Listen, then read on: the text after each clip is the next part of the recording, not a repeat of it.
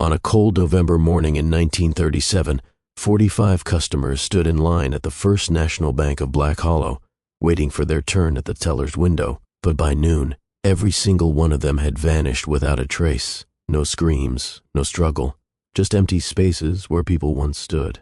The bank's ledger showed their withdrawals had been processed, yet not a single dollar left the vault. To this day, no bodies were found, no explanations given. And the town? They buried the truth so deep, even the gravestones refused to speak. This story isn't for the faint of heart, only those brave enough to follow the money and the missing. So tell me, are you ready to step into the line?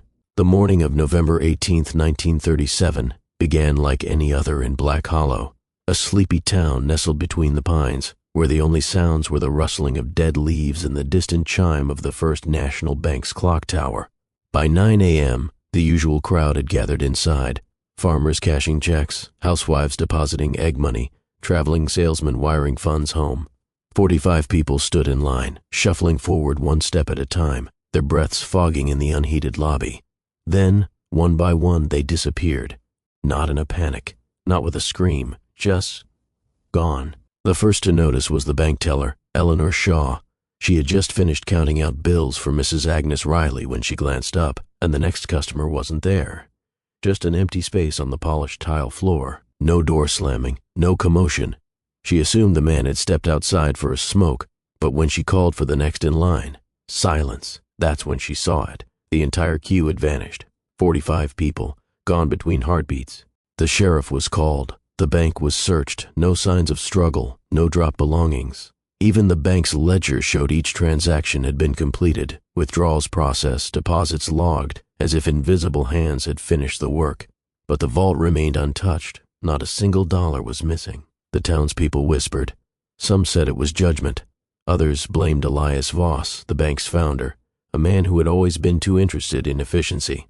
A few swore they'd seen the missing customers later that night, standing motionless in the fog outside the bank, their faces blank, their hands outstretched as if still waiting for their turn. But the most chilling detail? The line never broke.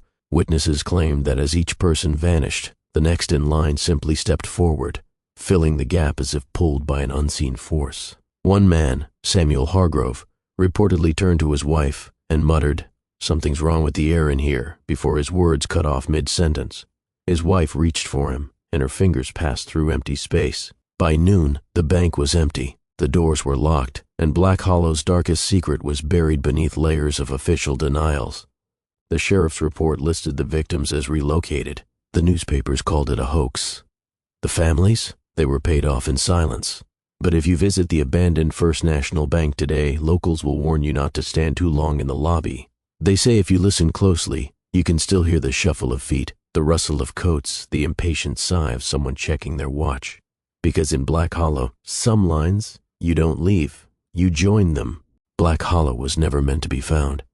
Tucked between the jagged teeth of the Appalachian foothills, the town existed in a kind of eerie stillness, as if the world had forgotten to drag it forward with the rest of time.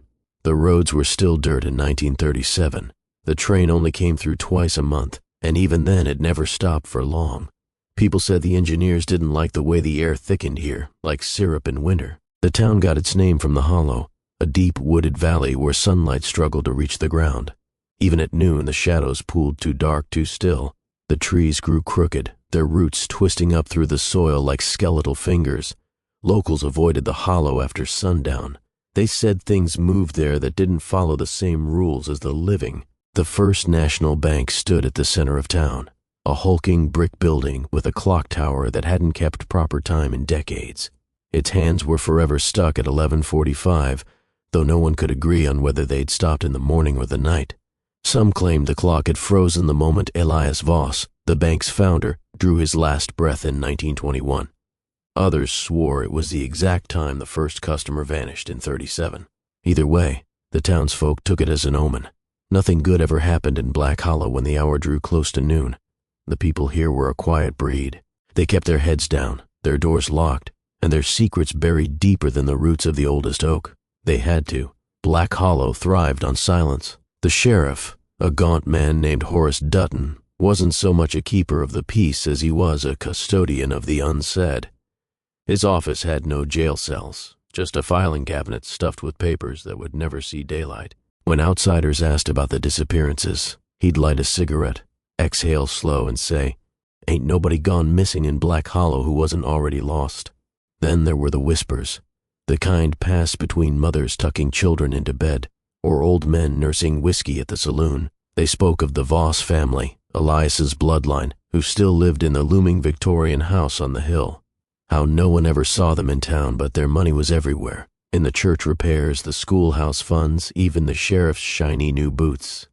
People said the Vosses didn't age, that their portraits in the town hall showed the same sharp faces, the same cold eyes, decade after decade.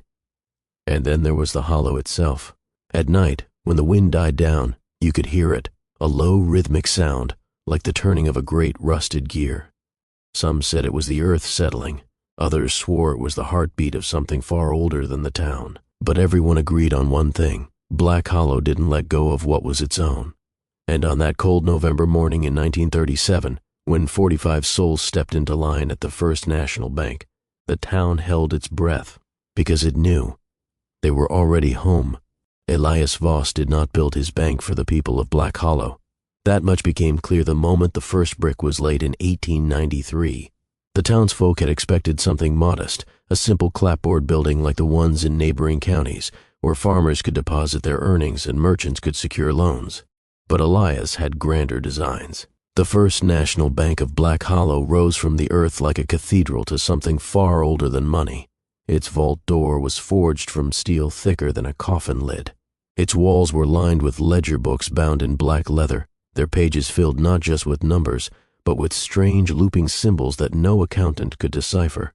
And above it all, the clock tower loomed, its face watching the town like a blind, unblinking eye.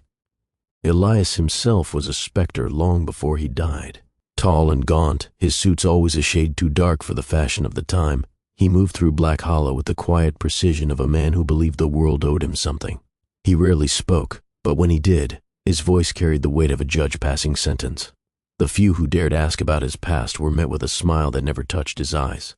"I came from the Hollow," he would say, as if that explained everything, and perhaps it did, because Elias Voss was not like other bankers. He never married, never attended church, never raised his voice in anger or joy.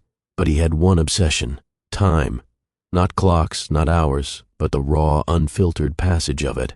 His journals, discovered decades later in the bank's sub-basement, were filled with frantic scribblings about the debt of moments and the ledger of living hours. One entry, dated 1901, read, "A man's wealth is not in his gold, but in his breaths, and breaths can be borrowed." By 1910, whispers began.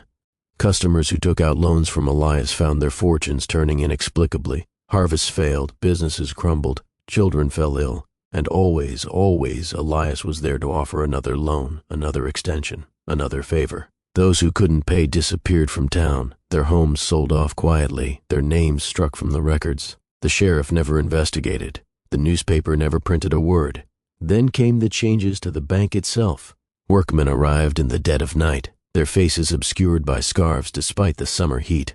They tore up the original floor and laid new tiles in a spiral pattern leading to the vault.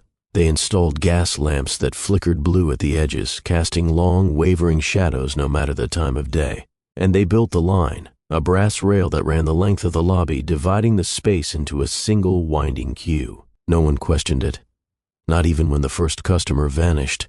In 1924, a traveling salesman named Robert Pike stepped up to the teller's window, handed over a withdrawal slip and, according to the clerk, faded like smoke as the transaction was processed. The money remained on the counter. The man did not. The incident was dismissed as a trick of the light, a prank, a lie. But Elias knew better. His private notes from that day, written in his spidery hand, contained only 2 words: "It works." By the time of his death in 1921, though some swear they saw him walking the Hollow years later, Elias had ensured his bank would outlive him. His will left the institution not to a person, but to a set of rules, unbreakable, inexplicable directives that the new managers followed without question. The vault was to be polished every Thursday with a specific oil that smelled faintly of copper. The clock was never to be repaired, and most chilling of all, the line must never be broken, because Elias Voss did not build his bank for the people of Black Hollow. He built it for something else, something that was still hungry. And on November 18, 1937, when 45 souls stood in that line, the bank finally collected what it was owed. The disappearances of 1937 were not the first. 8 years earlier, in the autumn of 1929, Black Hollow's First National Bank experienced something the townsfolk would later call the month of ghosts. It began on an ordinary Tuesday, October 8th to be exact, when teller Margaret Cole looked up from her ledger to see a man standing at her window. He wore a heavy overcoat, despite the unseasonable warmth, his face shadowed beneath a wide-brimmed hat. When she greeted him, he said nothing, only slid a deposit slip across the counter. The name scribbled on it was James Holloway. Margaret knew every customer in Black Hollow. There was no James Holloway. Still, she took the slip and opened the man's account, only to find it already existed, with a balance of $12,742, an impossible sum for their small town. Stranger still, the ledger showed the account had been opened in 1873, 56 years earlier. The man placed a single gold coin on the counter. Margaret would later swear it was warm to the touch, like something alive. She deposited it, stamped his receipt, and watched as he turned and walked toward the vault, then vanished mid-stride. She told no one. Not at first, but the next day another stranger arrived, then another. Each wore outdated clothing, high-collared shirts, waistcoats, dresses with bustles long out of fashion. Each deposited a single gold coin. Each gave a name that matched an account decades old, and each disappeared before reaching the door. By the third week, half the bank staff had quit. Those who remained developed a ritual. They stopped looking up. They processed the transactions in silence, stamped the receipts, and let the customers leave, or whatever it was they did instead. Then came the ledgers.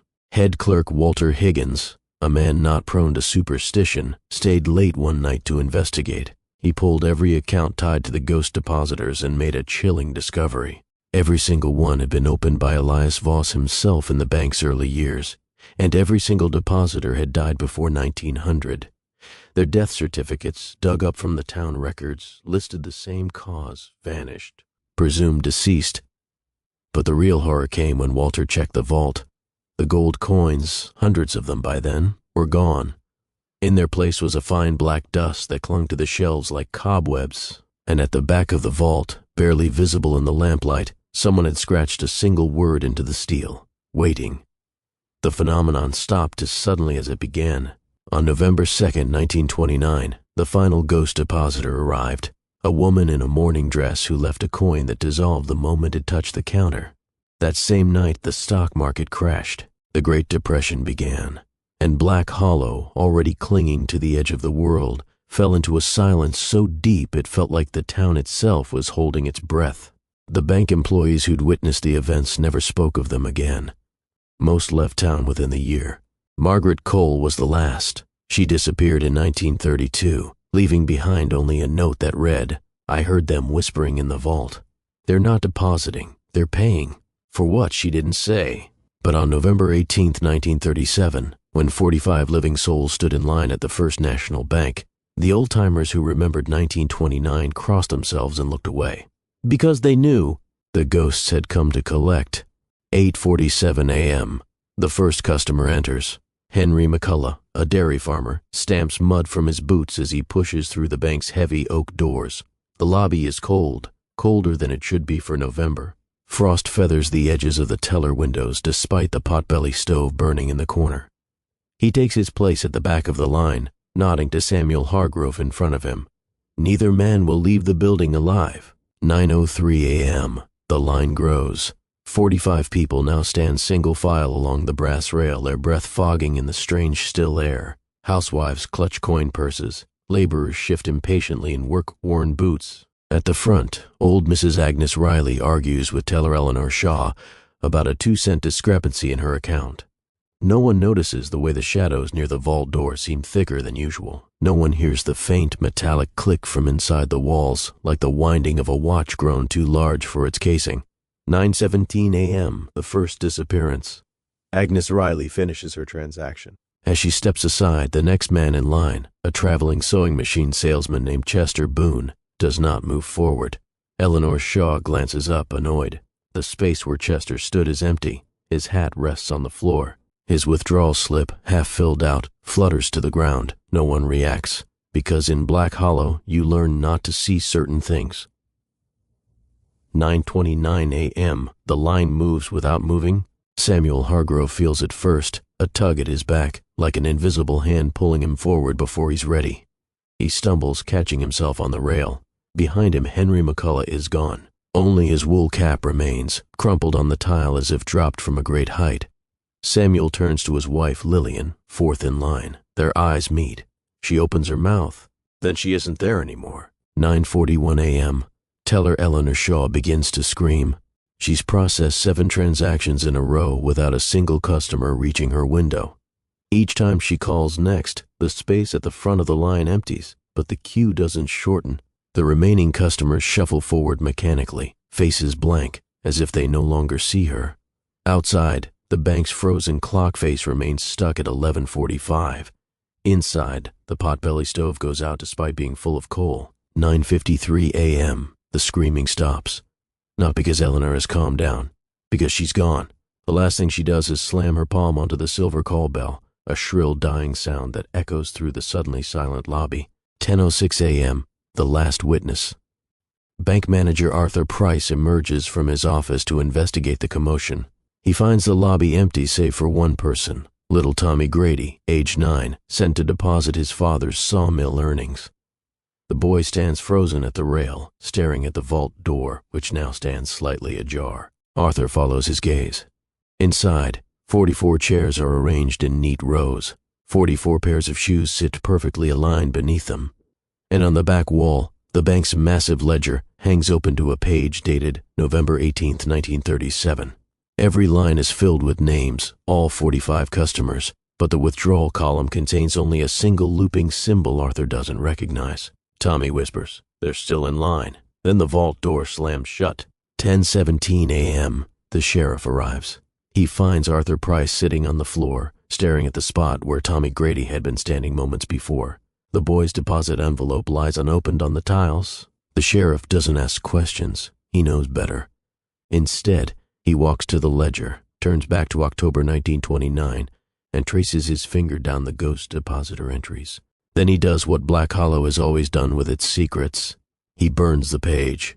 11:45 a.m. The bank reopens. The floors are swept. The windows polished. A new teller, a Voss cousin down from Richmond, takes Eleanor Shaw's place. When customers trickle in that afternoon, they find the lobby brighter, warmer, the strange chill gone. No one mentions the 45 empty homes scattered across town. No one asks why the vault door won't open anymore. And no one, not even the sheriff, comments on the faint but unmistakable sound that now hums through the bank's walls, the steady rhythmic tick of a clock that hasn't worked in decades. Finally keeping time. Sheriff Horace Dutton didn't need to investigate. He already knew. By noon on November 18, 1937, the same day 45 souls evaporated from the First National Bank, he had already begun burning documents. Not just the bank's ledger pages, but death certificates, census records, even family Bible entries. The paper trail of Black Hollow had to remain spotless. No missing persons, no unsolved crimes, just quiet, orderly blanks where inconvenient lives had once been. The bank manager, Arthur Price, was the first to be silenced. Dutton found him still sitting on the lobby floor, staring at the vault door. When Price whispered they're still inside, the sheriff didn't argue. He simply handed him a glass of bourbon laced with enough morphine to ensure the banker would never speak coherently again. By nightfall, Price was on a train bound for a Philadelphia asylum, his medical records listing acute dementia as the cause. The families were easier to manage. Dutton and his deputies went door to door with envelopes of cash, Voss family money, crisp and ink black as fresh grave soil. Most took the hush payments without complaint. Those who didn't were reminded of the Hollow's oldest rule: nothing leaves, not secrets, not people, certainly not the truth about what really happened at the bank. The official story was simple: relocation. A factory in Chicago had supposedly recruited all 45 missing persons, train tickets purchased en masse, new lives awaiting. Never mind that no one had seen them board, never mind that no letters ever arrived from Illinois. The town nodded along, because in Black Hollow, survival meant swallowing lies whole. But the paper trail couldn't vanish completely. A single page survived the purge, a bank ledger sheet smuggled out by a janitor named Ezra Pike before Dutton could burn it. Hidden between the floorboards of his tool shed, the brittle paper listed the last transactions of November 18th, not in dollar amounts but in measurements of time. Hargrove Samuel, 41 years, 7 months, 3 days. Riley Agnes, 68 years, 2 months, 14 days. Grady Thomas, 9 years, 11 months, 6 days. And at the bottom, in Elias Voss's unmistakable hand, paid in full, Ezra showed the page to only one person, his daughter, Mary, who worked at the town's tiny newspaper. She ran the next morning, boarding the 6:15 train with the ledger sheet sewn into her coat lining. Sheriff Dutton caught her at the county line. They never found the paper. They never found Mary either. By 1938, the First National Bank had scrubbed itself. Sarah Klein didn't believe in ghosts. That was her first mistake. The Pittsburgh Gazette reporter arrived in Black Hollow in October 1982, chasing whispers of a haunted bank and a mass disappearance no official records acknowledged. She wore skepticism like armor, thick-rimmed glasses, a tape recorder full of hard questions, and a notebook already titled Mass Hysteria or Murder in bold black ink. Her second mistake was asking about the Voss family. The diner fell silent when she mentioned the name. The waitress who'd been refilling her coffee froze mid-pour. At the counter, an old man with miner's cough slid a dollar bill under his plate and walked out without finishing his pie. Only one person would talk to her, Ezra Pike's grandson, a gaunt mechanic who met her behind the shuttered movie theater at dusk. He handed her a rusted tin box containing 3 things, a yellowed newspaper clipping from 1937 headlined, Black Hollow Families Relocate for Work Opportunities, a train ticket stub, dated November 19, 1937, the day after the vanishings, for a line that had been discontinued in 1924, the brittle corner of a ledger page with the handwritten words they pay with time. Granddad said you'd come, the mechanic whispered. Said the Hollow always calls outsiders when it's hungry again. Sarah laughed. Right up until she tried to leave town. Her rental car wouldn't start. The payphones emitted only static. The lone motel manager mistakenly gave her room 11, directly facing the bank's clock tower, its hands still frozen at 11:45. That first night, she awoke to 3 soft knocks on her door. No one stood there, just a faint smell of old paper and wet iron. By day 3, the town's resistance turned aggressive. Her tape recorder erased itself. Her notes vanished. Sheriff Dutton's grandson's same cold eyes, same shiny boots, invited her to leave before sundown. Then she found the basement. Posing as a historian, Sarah sweet-talked the new bank manager into letting her see the archives. The moment his back turned, she picked the lock on the sub-basement door, the one marked structural, no entry. The stairs descended too far. The air smelled like an opened grave, and at the bottom, illuminated by her flickering flashlight, stood 45 coat hooks. Each bore a nameplate. Each held a single item, a child's mitten, Thomas Grady, age 9, a wedding ring, Lillian Hargrove, age 39, a pair of wire, rimmed glasses, Eleanor Shaw, age 28. The far wall was covered in dates, every November 18 since 1937, each marked with a fresh tally. The most recent read 1,981 to 1. That's when she heard it. The vault door groaning open upstairs, not the modern one, the original. Sarah ran. She left everything, tape recorder, notes, even her coat, in that basement. The next train out of Black Hollow left at 3:17 a.m. She boarded it shaking, the mechanic's warning ringing in her ears. It's not a bank, it's a toll booth. Her article never ran. The Gazette killed it after their lawyers found 0 evidence of the disappearances. No records, no relatives, not even a birth certificate for Eleanor Shaw. Sarah quit journalism 6 months later. But in 1984, when she vanished from her Baltimore apartment, 2 things remained on her desk. A train ticket to Black Hollow dated November 18th, a single line scribbled on a legal pad. I finally heard what they're whispering in the vault. Next, the original blueprints of the First National Bank of Black Hollow showed no sub-basement. County records listed a simple foundation, 8 feet deep, lined with Pennsylvania fieldstone, exactly like every other building on Main Street. Even Elias Voss's private architectural sketches, locked in a Richmond law firm's vault since 1893, depicted nothing beneath the bank but solid earth. Yet when Sarah Klein's flashlight beam cut through the sub-basement darkness in 1982, she found a corridor that shouldn't exist. The walls were wrong first. Not brick or timber, but something smooth and dark, closer to polished bone than concrete. They absorbed the light rather than reflected it, giving the illusion the hallway extended much farther than the building's footprint allowed. The air carried a scent Sarah couldn't place, not mildew or dust, but the metallic tang of old coins left too long in a sweating palm. Then there was the door. It stood at the end of the passage, iron-banded oak blackened with age. No handle, no keyhole. Just a single rusted hinge on the right side, and a small circular depression at eye level where the lock should have been. The wood was carved with symbols, not letters, not numbers, but sharp angular marks that seemed to shift when stared at too long. Sarah reached out, not meaning to touch it, just to trace the strange grooves. The door opened 6 inches. No sound, no visible mechanism, just sudden stillness where solid oak had been. The smell that poured out stopped her breath. It was the scent of November 1937, wool coats and hair tonic, faint perfume and boot polish. The collective essence of 45 people frozen mid-breath. Sarah's flashlight trembled as she aimed it through the gap.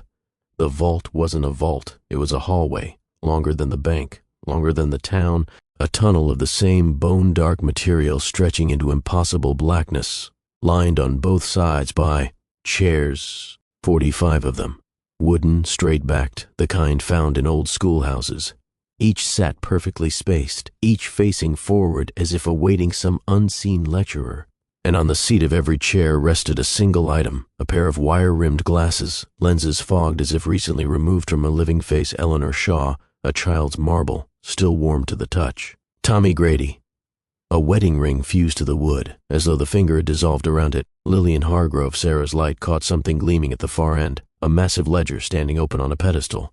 The pages rustled without wind. She took one step forward, then froze.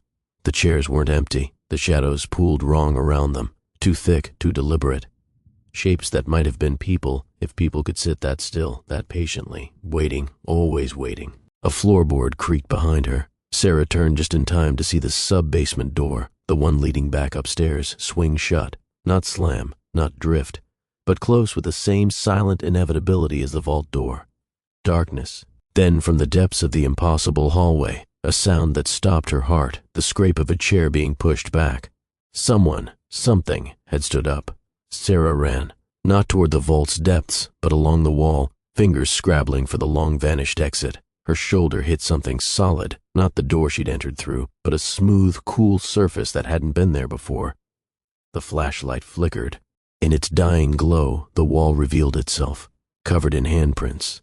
Dozens of them, hundreds, pressed into the material like clay, each with a name and date carved beneath. James Holloway. October 8th, 1929, Mary Pike. November 19th, 1937, Robert W. June 3rd, 1981. The newest print, still glistening, lacked a name. Only a date, November 18th, 1982. Sarah's breath came in ragged gasps. The flashlight died completely. In the suffocating dark, she heard it again, the shuffle of feet on stone. Not behind her. Ahead. Coming closer. Then the whisper, not in her ear, but inside her skull, in a voice that might have been Elias Voss's if voices could sound like rustling ledger pages. The line moves forward. When the bank manager found the sub-basement door ajar the next morning, he assumed vandals. Nothing appeared stolen, nothing seemed disturbed, except the vault door upstairs, sealed since 1937, now stood slightly open, and inside, faint but unmistakable on the dusty floor, were fresh footprints leading in, none coming out. Sarah Klein's tape recorder was discovered on the sub-basement stairs. The last playback revealed 30 minutes of static, followed by 3 clear words spoken in a voice not quite hers, "I'll wait here." The mechanic who'd given her the tin box disappeared that same night. His wife told the sheriff he'd gone to settle a debt. She was seen boarding a Richmond-bound train the next day. Her seat was empty when it arrived, just like in 1937, just like always, because in Black Hollow some doors only open one way, and the line, the endless, patient line, always grows longer. The Voss family never attended their own funerals, not since Elias, not since the first time the bank took what it was owed. They buried their dead in the hollow under cover of darkness, with no markers, no ceremonies. Just a quick shoveling of dirt over pine boxes while the town slept. Because in Black Hollow, the Vosses understood better than anyone. You couldn't mourn what wasn't truly gone. The current patriarch, Silas Voss, lived in the same looming Victorian as his great-grandfather Elias, though the house had grown strange over the decades. The shutters never quite aligned. The porch steps creaked at odd hours, as if something heavy climbed them nightly. And the mirrors, every last one had been removed or covered with black cloth after Silas's sister Miriam vanished from her reflection in 1953. They found her standing in the bank lobby 3 days later, drenched in vault dust, repeating the same phrase until her voice gave out, "The ledger must balance." The family rules were simple: never enter the bank after dark, never acknowledge the extra place settings at dinner. When the clock chimes 11:45, lock the children's doors. Silas enforced these with a quiet brutality. When his nephew Daniel tried to sell the bank in 1971, he was found the next morning kneeling in the lobby, his lips sewn shut with gold wire. He lived another 40 years without speaking, communicating only through frantic sketches of doors, always doors, that he burned immediately after drawing. The Voss women fared worse. Silas's grandmother Edith began aging backward after the 1937 vanishings, wrinkles smoothing, gray hair darkening, until she resembled her 20-year-old self. The transformation stopped when she reached 16. Then the unraveling began. Fingers lengthening, jaw unhinging. On the morning they found her crouched in the bank vault, her mouth stretched around a scream no human throat could produce, Silas did what the family had always done. He dragged her to the hollow and left her among the crooked trees. Her laughter still echoes there on windless nights. By 1980, only 7 Vosses remained. They gathered every November 17th in the Victorian sealed dining room, where the portrait of Elias watched them with eyes that followed whichever family member stood nearest to failure. That year, it was Silas's youngest, Rebecca, who trembled under that gaze. She'd been having dreams, visions of the vault door opening, of hands pulling her toward a ledger where every line bore her name. "They're calling the debt," Silas told her, pouring bourbon into a glass that sweat though the room was cold. "The hollow always collects." 2 weeks later, Rebecca vanished from her locked bedroom. The only clue was the family Bible, left open to the Voss genealogy page. Someone had inked a new date beside her name, paid. November 18th, 1980. The remaining Vosses stopped speaking entirely after that. They communicated through notes that were burned after reading. They slept in shifts. And when the bank's frozen clock began ticking again in 1985, soft at first, then loud enough to rattle teacups in the Victorian, Silas did something no Voss had dared in a century. He walked into the hollow after midnight. What he offered at the Crooked Oak remains unknown. But the next morning, the town awoke to find every Voss property draped in black crepe. The bank's clock had stopped again. And the vault door? For the first time since 1937, it was slightly ajar, just wide enough for a whisper to slip out, generation after generation. The line never ends. The First National Bank of Black Hollow hasn't operated as a real financial institution since 1987. The last manager, a great-nephew of the Voss family who refused to follow the rules, was found inside the vault 3 days after closing its doors for good. His skin had taken on the texture of old ledger paper. His fingers fused around a withdrawal slip dated November 18, 1937. The coroner listed cause of death as acute dehydration, though his lips were still damp when they sealed the coffin. Now the building stands empty. At least that's what the town claims. But on fog-heavy mornings, when the hollow exhales its damp breath across Main Street, tourists sometimes report seeing lights flicker behind the bank's grimy windows. Shadowy figures moving behind the teller counters. A line forming along that brass rail. Never more than a few people, never fewer than one. They call them echo customers. Local teenagers dare each other to touch the bank's doors at midnight. Those who do come back changed, quieter, paler, with a habit of checking their wrists as if expecting to find some invisible thread tied there. Jake Tillerson lost 3 fingers to frostbite after pressing his palm against the vault in 2012. When doctors asked how metal could freeze in July, he just whispered, "They were counting." The phenomena follow patterns. The line never shortens. Visitors who photograph the lobby always capture more figures than they remember seeing. A 2018 ghost hunting team's thermal camera showed 45 distinct heat signatures where the naked eye saw only dust motes. The clock's warning. On November 18th every year, the frozen clock hands twitch toward 11:45. In 2016, a paranormal investigator filmed them completing a full rotation, backward, before settling at their usual time. The footage corrupted immediately after upload. The withdrawal effect. Anyone spending more than 10 minutes inside develops temporary aphasia, forgetting basic words like money or time. Last year's urban explorer, Liv Chen, emerged unable to recall her own birthday, but able to flawlessly recite the 1937 bank ledger entries. Then there are the more disturbing accounts.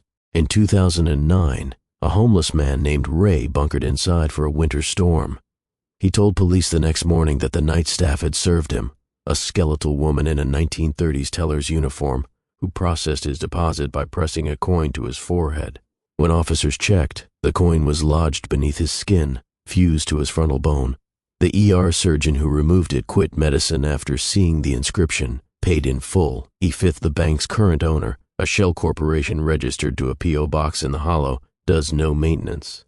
Yet the brass rail gleams as if polished daily. The floors show no dust, and the vault door, though officially sealed since 1987, sometimes appears open just enough for moonlight to catch the edges of those 45 waiting chairs.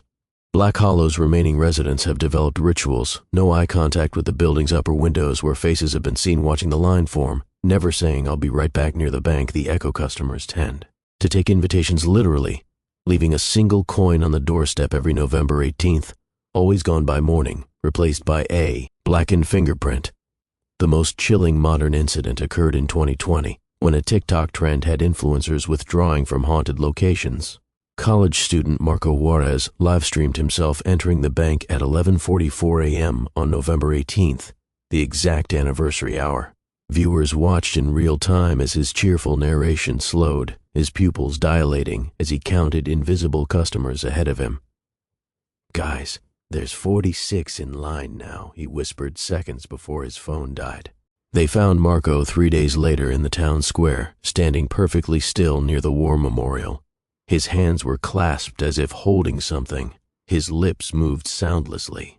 And when the coroner unclenched his stiffened fingers, a single slip of paper fluttered to the ground, a perfectly filled out 1937 withdrawal form. In the amount field, written in shaky script, "all remaining." These days the town council quietly steers visitors away from Main Street. The Historical Society's walking tour abruptly ends 2 blocks from the bank. And when particularly persistent ghost hunters ask why no one has torn the building down, old Miss Dutton, the sheriff's granddaughter, just smiles her thin smile and says what Black Hollow residents have always said: some debts aren't meant to be forgiven. Then she nods toward the Hollow, where the trees stand a little too straight, their branches arcing toward town like grasping fingers. Waiting, always waiting. Because in Black Hollow, the line never ends. It just grows longer. The disappearances at First National Bank were never random. They followed a cycle, a precise, repeating interval that local historians missed for decades because they were looking at victims rather than dates. It wasn't until 2004, when grad student Liza Petrovich digitized Black Hollow's census records, that the pattern emerged. Every 33 years, like clockwork, the bank claimed exactly 45 lives. 1871, the first recorded incident. A fire destroyed the original bank ledger, but church registries show 45 congregants vanished that November. The town's first sheriff resigned after reporting shadows moving through the vault. 1904, the Black Hollow Gazette briefly noted 45 missing persons before retracting the story. A banker's diary from the period describes customers who stood too long at the windows dissolving like sugar in tea. 1937, the vanishings we know, the line that never moved, the transactions processed for people who weren't there. 1970, not at the bank this time, but at the new Voss Savings and Loan built atop the Hollow. 45 night deposit boxes were found sealed shut, their contents reduced to black silt. Security footage showed empty corridors, but the audio picked up 45 distinct sighs at 11:45 p.m. 2003, the cycle came due again. But this time, only 44 disappearances were recorded across the county. That missing 45th victim? Liza Petrovich. She'd been the one to discover the pattern. The night before she vanished, she emailed her thesis advisor a single sentence: "It's not a bank, it's a battery." Her laptop was found open on the bank steps, its screen frozen on a digitized version of Elias Voss's original ledger. The entries now included a new column labeled Interest. The next cycle is due in 2036. But something's changed. The intervals are shortening. In 2021, a maintenance worker at the abandoned bank reported hearing 45 distinct knocks from inside the vault on November 17th, a full day early. Last year, the clock's hands began trembling at 11:44 a.m. instead of their usual frozen time. And this past winter, hikers in the hollow found 45 frost-rimmed footprints leading toward town, all dated November 16th. The math no longer balances. The line is moving faster. And in Black Hollow, the only thing more dangerous than a debt called due is one that comes early. Maggie Carlisle worked the afternoon shift at First National Bank from 1978 to 1981. She was the last teller hired before the bank's final closure, a 22-year-old with a sharp mind and a habit of counting cash in her sleep. The other employees called her Ledger behind her back, both for her perfect balance sheets and the way she sometimes whispered numbers under her breath long after her shift ended. She lasted 3 years before noticing the discrepancies. It started with the night deposits. Maggie would arrive at 7 a.m. to find withdrawal slips already processed, the amounts matching exact sums from 1937 transactions. The vault door would be slightly ajar, the air inside smelling of wet wool and train smoke. When she reported it, manager Gerald Voss simply said, "The night staff handles special accounts," and changed the subject. Then came November 17th, 1980, the day Maggie saw the line form itself. She was balancing the day's receipts when the lobby's brass rail began to creak under invisible weight. Frost spiraled across her teller window, and one by one, 45 shadows condensed into human shapes along the rail, their faces blurred like old photographs left in the rain.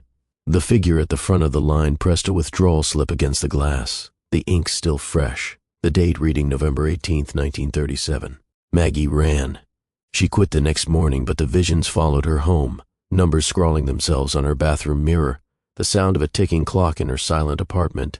On December 3rd, she broke into the county records office, stealing the only surviving documents from the 1937 investigation, a coroner's report listing all 45 victims as disincorporated, and a faded photograph of the bank vault's interior.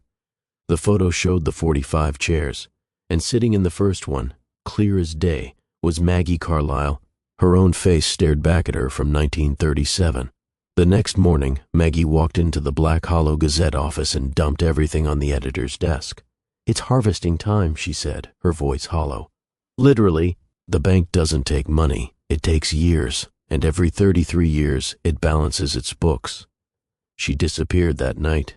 But in 2002, exactly 33 years later, a padded envelope arrived at the Gazette's successor newspaper. Inside were Maggie's 1980 notes and a cassette tape labeled "For When the Clock Moves." The recording contained 3 hours of muffled ticking, followed by Maggie's voice, now decades older. "I'm in the vault. Have been since... I don't know. Time works differently here. The chairs aren't empty. You just can't see us until it's your turn to join the line. They make us count the years over and over until..." A sound like 45 people inhaling at once cuts her off. When she continues, her voice has changed, becoming eerily synchronized with whispering undertones. "The next cycle is coming early. The bank is hungry. Tell them to stay away from the windows when the clock..." The tape ends with a wet crunch and the unmistakable sound of a ledger being closed. The newspaper never ran the story, but the current editor keeps Maggie's photo pinned above his desk, the one from the 1937 vault. In it, she's aged exactly 33 years since her disappearance, and she's no longer sitting in the first chair. She's moved up 3 spots in line.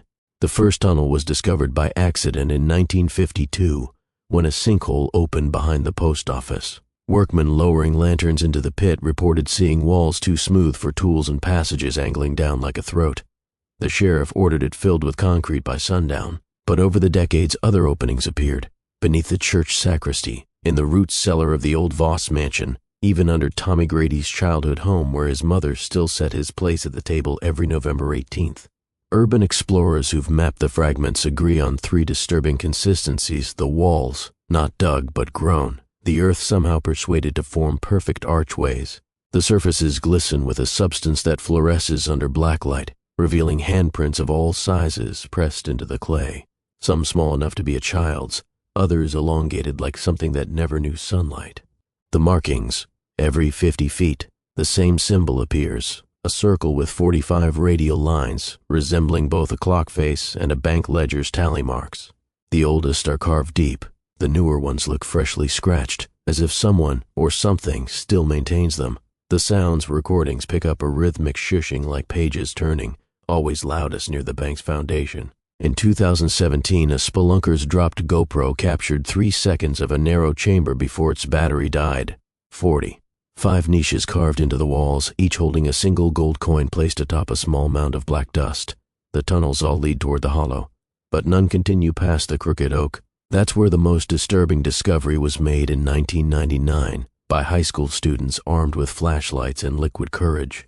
Beneath the tree's roots, they found a rusted metal door barely 2 feet high, its surface etched with the same symbols as the bank vault. When one boy pried it open, the smell of old paper and wet coins poured out. His flashlight revealed a miniature replica of the bank lobby, complete with tiny brass rail 45 doll-sized chairs arranged in rows and kneeling between them. A figure no larger than a child had turned its head. The students fled, but not before the last boy saw the thing's hands, covered in ink stains, fingers too long, moving in deliberate patterns like a teller counting invisible bills. The sheriff dynamited the entrance the next morning, but the tunnels remain. Grow, some say.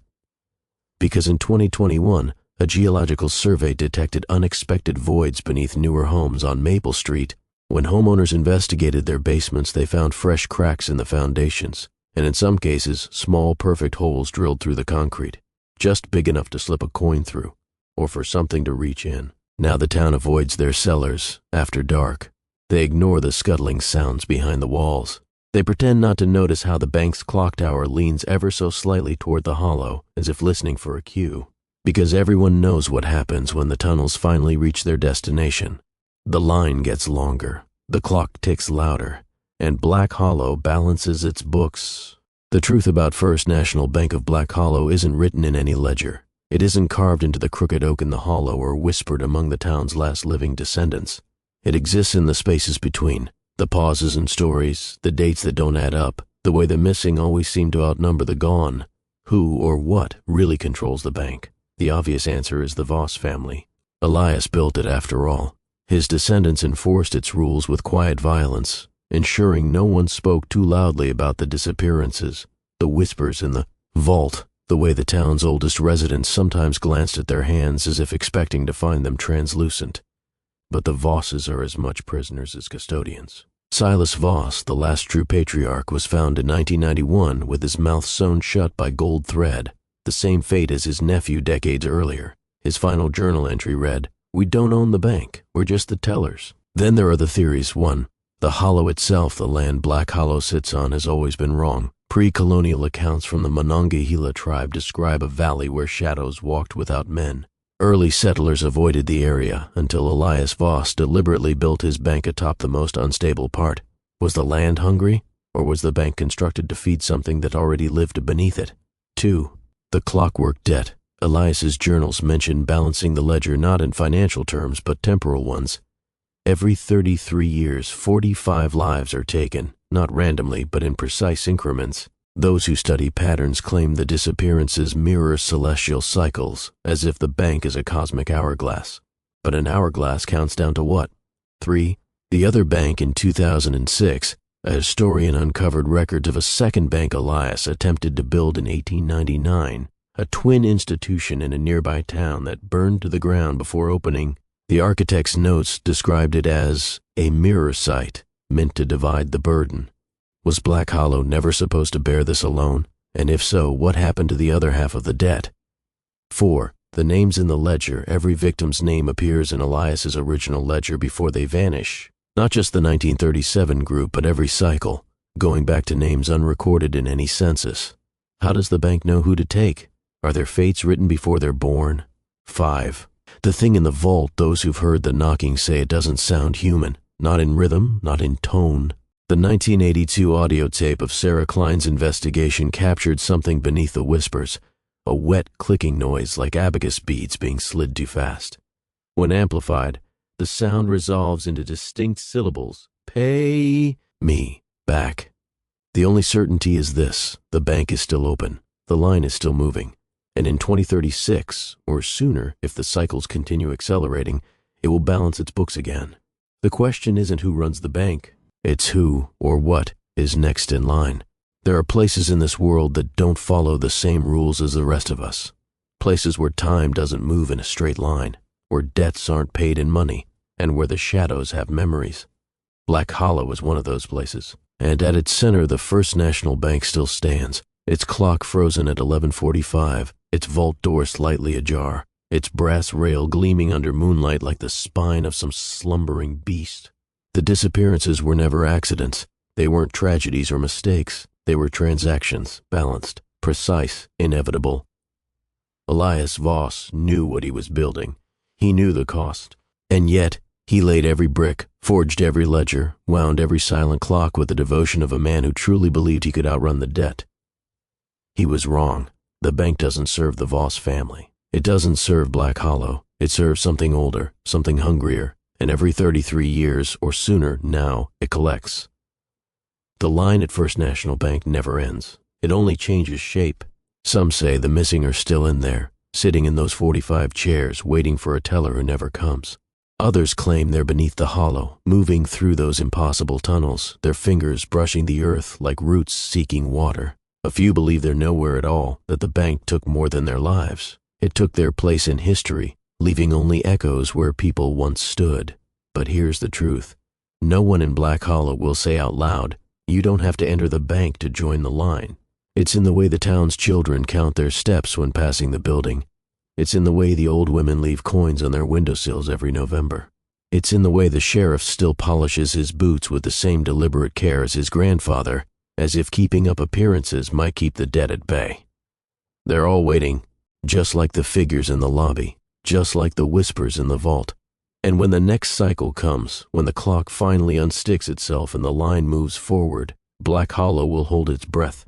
Because the only thing worse than vanishing is knowing your name was in the ledger all along. So the next time you find yourself standing in line somewhere, at a grocery store, a coffee shop, a crowded subway platform, take a moment to look behind you. Count the faces, make sure the number hasn't changed, and if you feel a sudden, inexplicable chill, if the air goes still like the pause between heartbeats, run, because in Black Hollow, they know. Once the line takes notice of you, there's no stepping out of it. The first sign came on November 16, 2023. A single gold coin appeared on the bank's front steps, minted in 1937 yet untarnished as if freshly pressed.